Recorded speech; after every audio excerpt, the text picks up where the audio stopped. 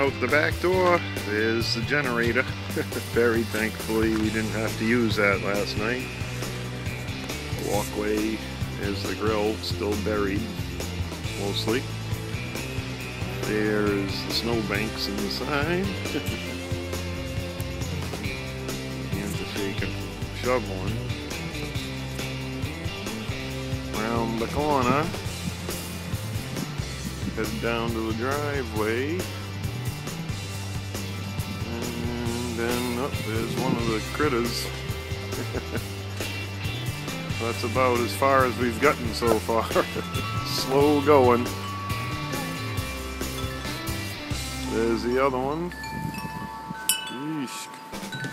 Craziness. Guessing we got about 24, 25 inches. It's hard to tell though, it's drifting everywhere. There's my car. Trees in the back. Pool actually buried under there somewhere. That's about it.